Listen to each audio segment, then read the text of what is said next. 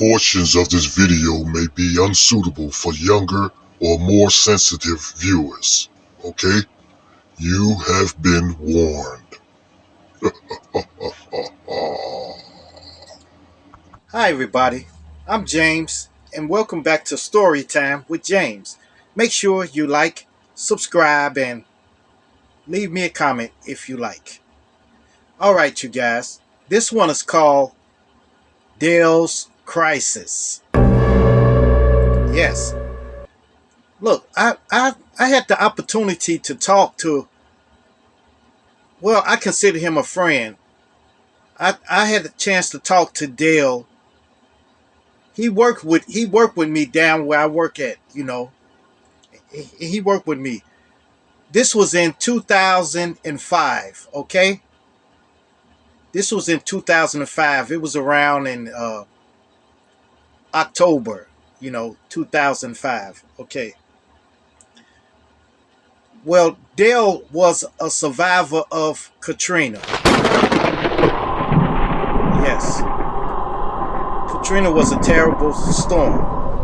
Look, this is what he told me, okay?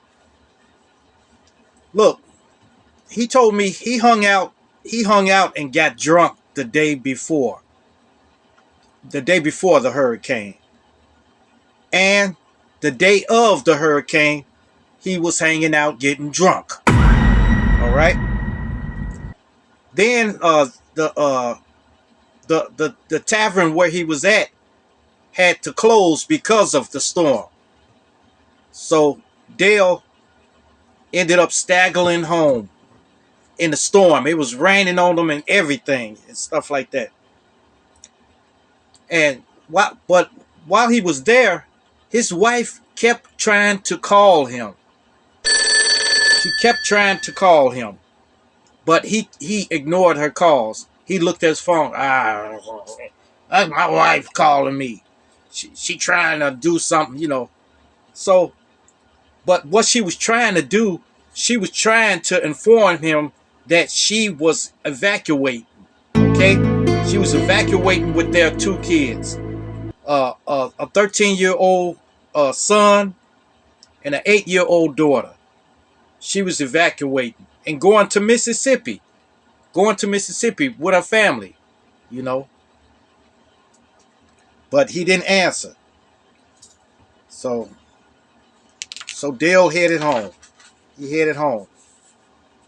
When he got to the house, he was soaking wet, but he still crashed on the couch. He fell out. He crashed on the couch. About 6 hours later, Dale's arm was submerged in water. Yes, it was submerged because his arm was hanging off the couch when he fell there to go to sleep. And his arm was submerged in water. And water was up to the cushions. It was up to the cushions, And the lights were out. No power whatsoever. So Dale got up and water was up to his knees. So Dale started searching, and he got to the cabinet and was feeling around the cabinet and got a flashlight out. By then, water was up to the doorknob, So he went to the front door and opened the front door, and water rushed in, And so the only thing Dale could do was go to his neighbor's house and climb the drain pipe to the second story roof, Man, he couldn't recognize his surroundings. It was like he was in the middle of the lake, And his phone and everything was lost in the flood. His one-story flat house was completely submerged. Completely. The next day, it was scorching hot up there.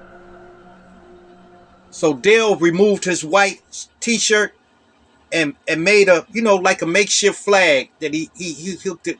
He tied it to stick and tried to flag around and stuff like that. Well, a couple of hours went by. Then a boat came and scooped him up. There was crocodiles feeding on the corpses that was out floating in the water. Of his neighbors and his friends were floating out there. That was it for them, But crocodiles were feeding on them. It was a terrible sight, and the stench was horrific. Okay? Then they made it to the Colosseum.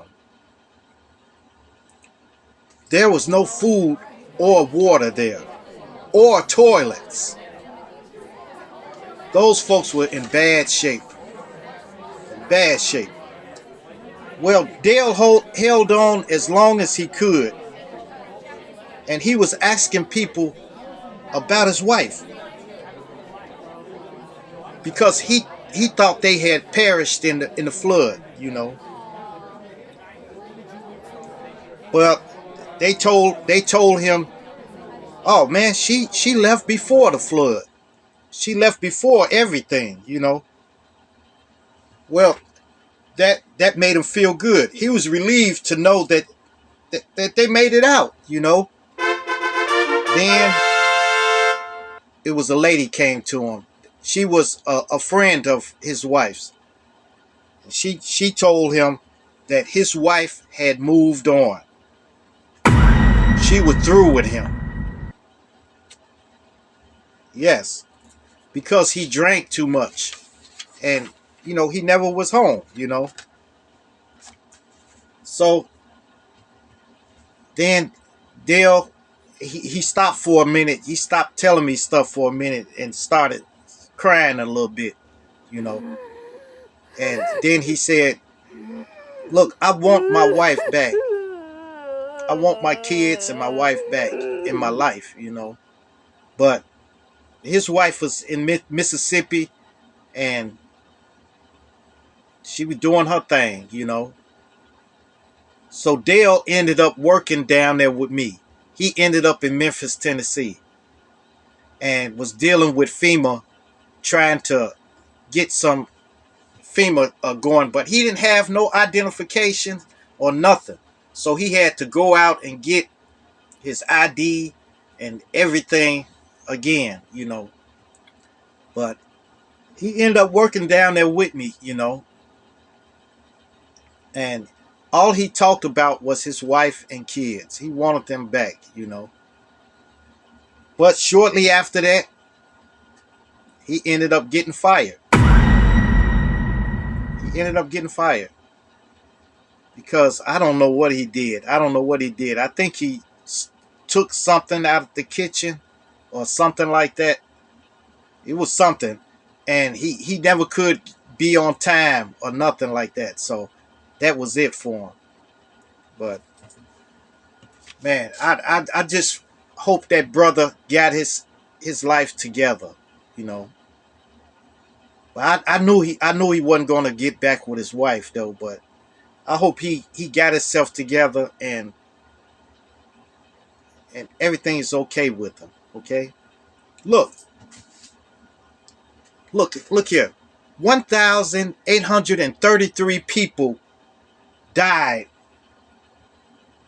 in the hurricane and the flood that followed. In New Orleans, Katrina cost a whopping 161 billion in damages. Yes, making it the costliest hurricane on record. Yep. So Dale, I hope you, if you're looking at this, I hope you made it through. Because I hate to be in your situation. All right, you guys. Make sure you like, subscribe, and leave me a comment if you like. And hit that bell notification. Hit that bell notification so that you know every time I drop another video. Right. And share, share, share.